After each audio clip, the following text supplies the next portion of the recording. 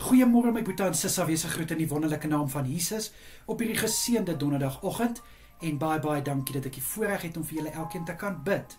Ek hoop julle het lekker geslaap en julle is uitgerus vir hierdie dag. Kom ons bid saam. Here, baie dankie vir hierdie nuwe dag wat in ons lewens toegevoeg is. Baie dankie liewe Here vir u hand oor ons deur die nag. Baie dankie liewe Here dat ons kon rus inkry en dankie Here dat deur u genade ons kon opstaan vanoggend. Here, ek bid vir elke boetie en sissa dat hulle dagge vol sal wees, Vader, met sukses. Ek bid, liewe Here, dat wat hulle hande vind om te doen, mag dit voorspoedig wees. En ek bid, liewe Here, dit wat hulle insit, laat hulle dit uitkry in Jesus naam.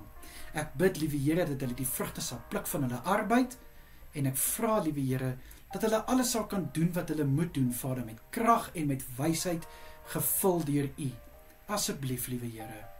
Vader, vir vanaand wil ek ook bid, dat u asseblief vir elke een met 'n soete nagrus sal seën.